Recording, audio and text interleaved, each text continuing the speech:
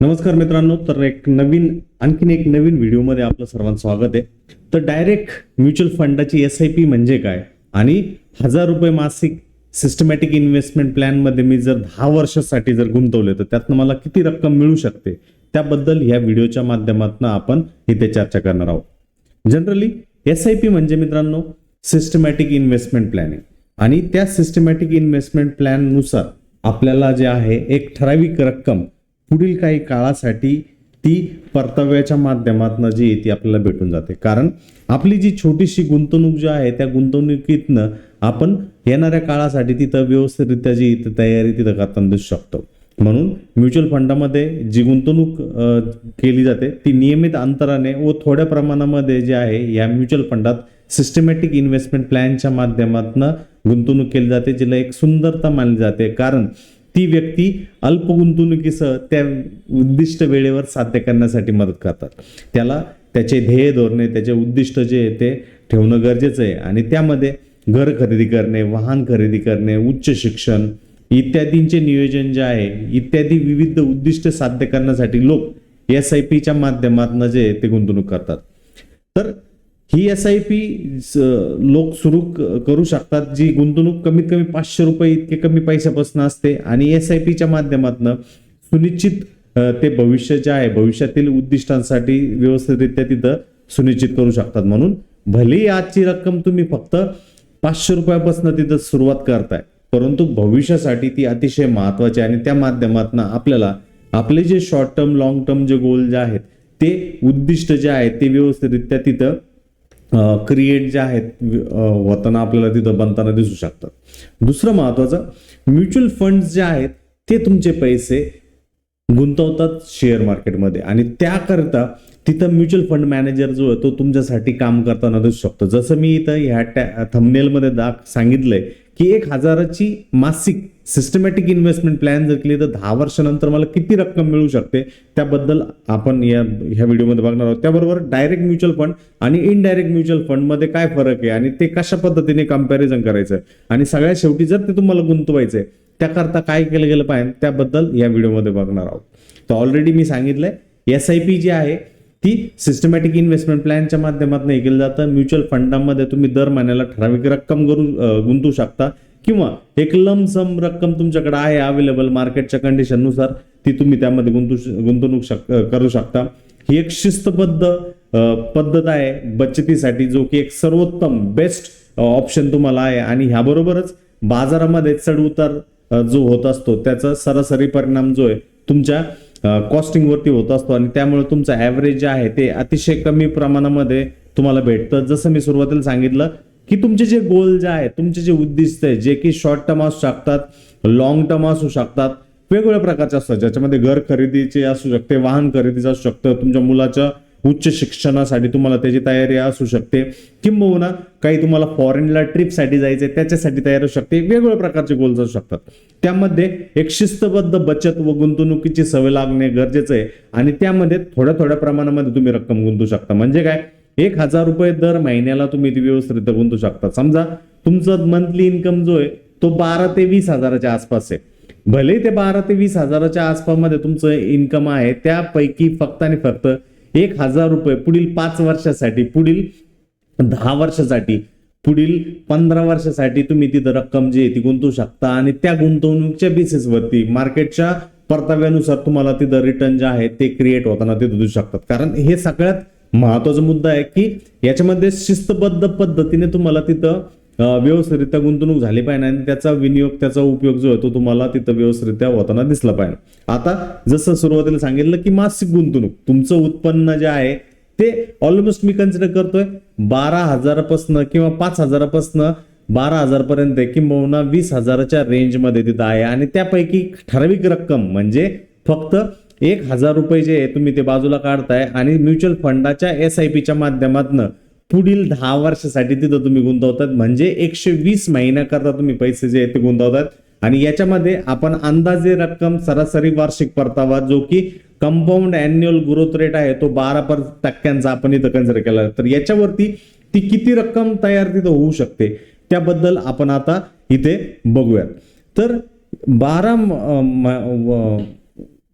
120 महिन्यानंतर आपण जर कन्सिडर जर केलं तर त्यानुसार आपली गुंतवणूक केलेली रक्कम जी आहे ती जवळजवळ 1,20,000च्या आसपास राहील. म्हणजे टोटल जे आपण मूल्य जे आपलं होईल 120 महिन्यामध्ये ते 2,32,339 रुपयांचं होईल. आणि हे फक्त 10 वर्षाच्या टाइम फ्रेम मध्ये 10 वर्षाच्या टेन्युअर मध्ये तुम्हाला होताना तिथे दिसेल. आणि त्यामध्ये तुमचा निव्वळ नफा जो आहे तो जवळजवळ 1,12,339चा होताना दिसतोय.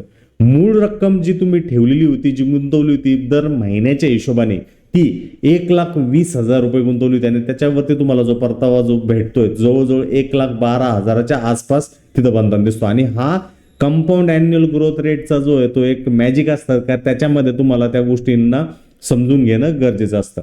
जसं की तुम्ही गुंतवणूक करताय 5 वर्षाच्या टेन्युअरमध्ये, मी 1,000साठी तिथं गणना केली. आता पुढील हिशोबाने आपण बघूयात.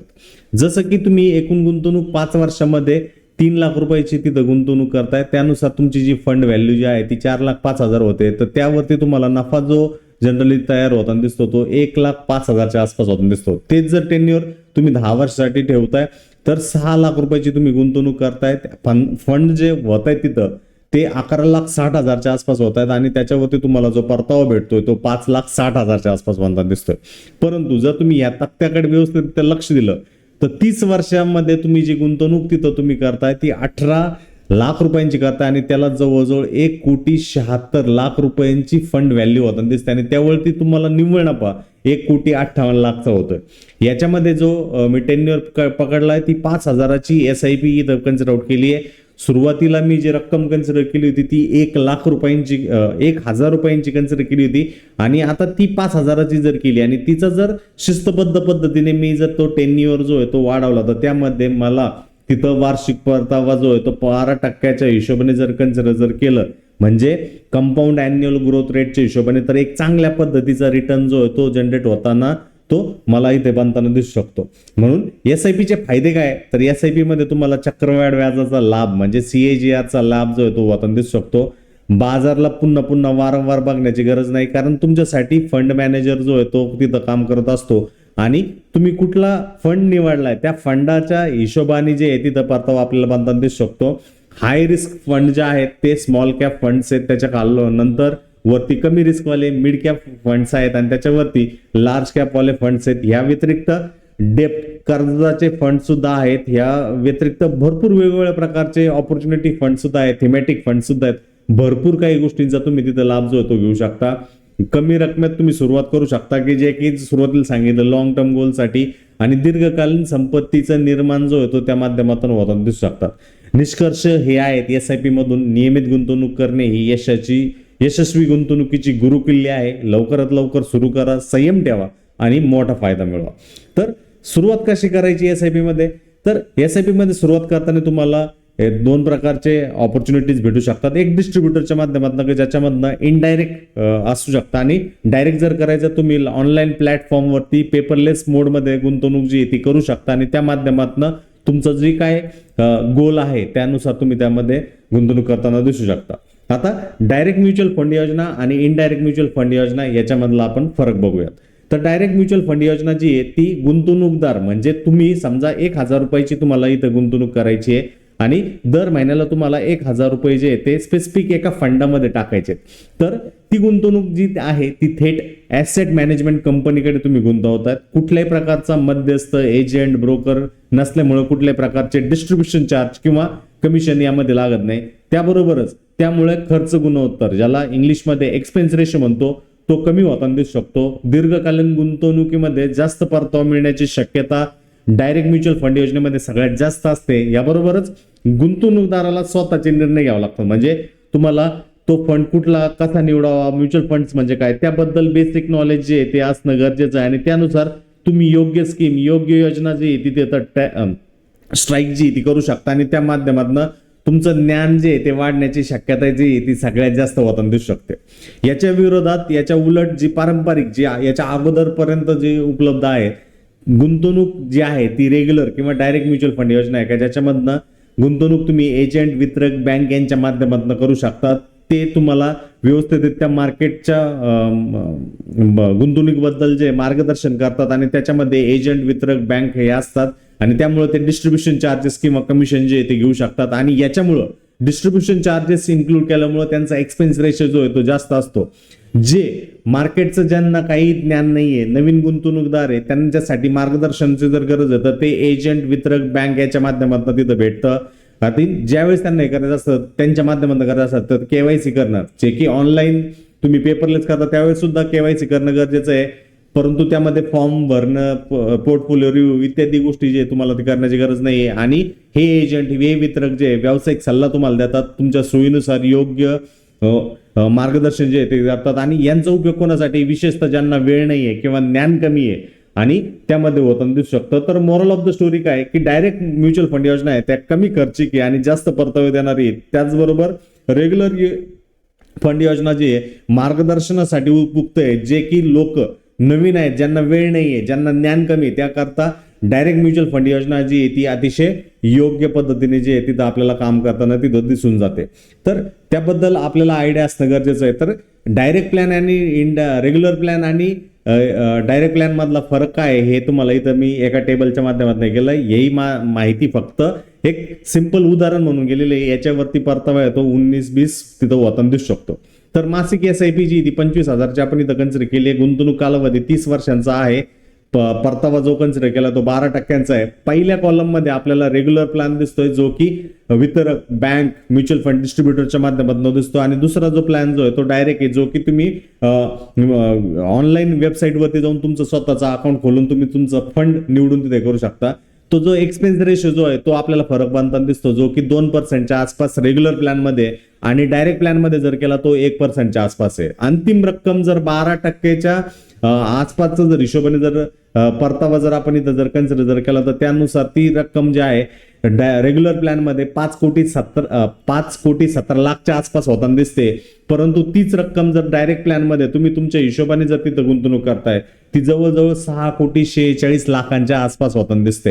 म्हणजे रेग्युलर प्लॅन पेक्षा डायरेक्ट प्लॅन मध्ये तुमचं उत्पन्न जे 1.29 कोटी रुपयांनी जवळजवळ 20% वाढताना दिसू शकतो. म्हणून म्युच्युअल फंड मध्ये जर तुम्हाला गुंतवणूक करायची तर बेसिक ज्ञान महत्वाचं आहे. तुम्हाला व्यवस्थित त्याच्याबद्दल मार्गदर्शन करणारा जर व्यक्ती असेल तर त्यामध्ये तुम्ही रेग्युलर प्लॅन मध्ये जाऊ शकता. परंतु जर बेसिक नॉलेज तुम्हाला माहिती आहे, फंडांचे प्रकार माहिती आहे, तर त्यामध्ये तुम्ही डायरेक्ट प्लॅनच्या माध्यमातून भरपूर पैसे जे आहे एक्सपेन्स रेशोच्या माध्यमातून जे जाणारे पैसे जे आहेत ते तुम्ही तिथं वाचू शकता. आणि हे सगळ्यात महत्वाचा मुद्दा जो आहे तो लक्षात ठेवण्यासारखा आहे. याबरोबरच मला म्युच्युअल फंडामध्ये गुंतवणूक करायची पण मी कशा पद्धतीने तिथे करू शकतो, त्याकरता झिरोधाचा प्लॅटफॉर्म तुम्हाला उपलब्ध आहे की ज्या माध्यमातून तुम्ही ट्रेडिंग डीमॅट त्याबरोबरच म्युच्युअल फंडाचं जे खातं जे आहे ते करू शकता. इथं SIPचा अमाऊंट आणि झिरोधावरती मोस्ट ऑफ जे म्युच्युअल फंडचे जे ऑप्शन जे अवेलेबल आहेत ते डायरेक्ट प्लॅन मध्येच आहे. जसं की मी इथे एक SIP कॅल्क्युलेटर इथं हे केलंय. या SIP कॅल्क्युलेटरच्या माध्यमातून आपण बघूयात की SIP जी आहे 1,000 रुपयांची SIP आपण पुढील 20 वर्षाच्या टेन्युअर करता ओपन करतो आणि 10%च रक्कम जे आहे रिटर्न जे ते आपण एक्सपेक्ट करतो, याला आपण 12%च्या हिशोबाने करूयात. तर तुम्ही गुंतवलेली रक्कम जी 1,000च्या SIPच्या हिशोबाने जी ती 2,40,000 आहे आणि याला जे रिटर्न्स आपल्याला 12%च्या हिशोबाने भेटतात ते 7.5 लाखाच्या आसपास होताना दिसत आहे. आणि टोटल तुमची व्हॅल्यू जी ती 10 लाख रुपयांच्या आसपास बनताना आपल्याला तिथे दिसते. यामध्येच ही SIP तुम्ही फक्त 500 रुपयापासून सुरुवात करताय आणि तुमचं मोड ऑफ टेन्युअर जे मी इथं 30 वर्षांचं करतोय, तर त्यामध्ये तुम्ही जी गुंतवलेली रक्कम जी आहे ती ऑलमोस्ट तुम्ही बघू 5,000च्या आसपास आपण कन्सिडर जर केली तर त्यामध्ये जवळजवळ गुंतवलेली रक्कम तुमची 18 लाख रुपयांच्या आसपास होते. बट जी तुम्हाला एस्टिमेटेड फंडचे रिटर्न जे तिथं होताना दिसतात ते 1,58,49,568 होताना दिसतात आणि टोटल कॉर्पस जी ती 1,76,49,568च्या आसपास आपल्याला बनताना दिसतात. म्हणून या सर्व काही गोष्टी ज्या आहेत ते करू शकता. यामध्ये लंप समच्या हिशोबाने करू शकता, गोल SIPच्या हिशोबाने करू शकतात. समजा तुम्हाला टार्गेट अमाऊंट 5 लाख रुपयांचं आहे, तुम्हाला कुठेतरी फॉरेन ट्रिपला जायचं किंवा कुठलं तरी एज्युकेशन मुलाचं करायचंय, इनिशियल इन्व्हेस्टमेंट जे आहे तुम्ही 500 रुपये मी कन्सिडर करतोय, 1,000 रुपयांच्या आसपास इथे कन्सिडर करतोय इनिशियल अमाऊंट आणि इन्व्हेस्टमेंट पिरियड जो आहे तो मी कन्सिडर करतोय 10 वर्षाच्या हिशोबाने. तर तुम्हाला गोल अमाऊंट जी ती 5 लाख रुपये तुम्हाला पाहिजे ने 10 वर्षानंतर, तर मग मंथली SIP तुम्हाला जी करावं लागणार आहे ती 2,138 रुपयांची तुम्हाला SIP करावं लागणार आहे, ज्यामध्ये तुम्हाला जवळजवळ 2,57,639 रुपये तुम्ही 10 वर्षामध्ये गुंतवणार आणि त्यामध्ये तुम्हाला इस्टिमेटेड रिटर्न जे ते 2,42,000 रुपयांच्या आसपास आपल्याला बंधन दिसू शकतात। यामध्ये जर मी 3,000 रुपयाची SIP तिथं करतोय 10 वर्षाच्या टेन्युअरसाठी आणि एक्सपेक्टेड रिटर्न जे आहे ते मी सिंपल यामध्ये 12% कन्सिडर करतो, त्यामध्ये तुमची जी SIP ची जी रक्कम जी आहे ती 1,782 रुपयाच्या आसपास आपल्याला बंधन दिसू शकते। तुम्हाला मंथली करायची, वीकली करायची, क्वार्टरली करायची, इयरली करायची, हे सगळे ऑप्शन तिथं आहे। आणि अकाउंट खोलवायचं जर असेल त्याची लिंक जी आहे व्हिडिओच्या डिस्क्रिप्शन बॉक्समध्ये दिली गेलेली आहे। याबरोबरच हा व्हिडिओ कसा वाटला नक्कीच व्हिडिओच्या डिस्क्रिप्शन बॉक्समध्ये कमेंट बॉक्समध्ये जे जाऊन कमेंट करून नक्की सांगावं। धन्यवाद।